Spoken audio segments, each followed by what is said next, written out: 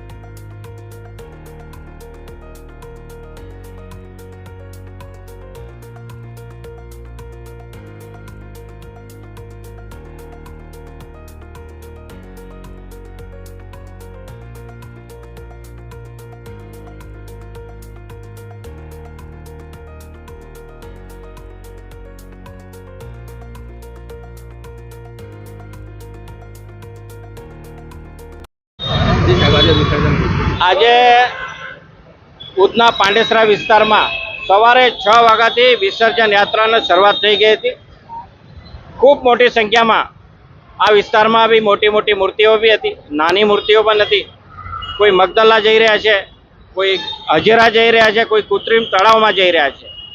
પણ આ પાંડેસરા ઉધના વિસ્તાર ખૂબ શાંત વિસ્તાર છે અને અહીંયા સવારથી અમારા કાર્યકર્તા પીયુષ પોઈન્ટ પર ખડે પગે ઊભા છે અને લોકોને મદદ કરી રહ્યા છે।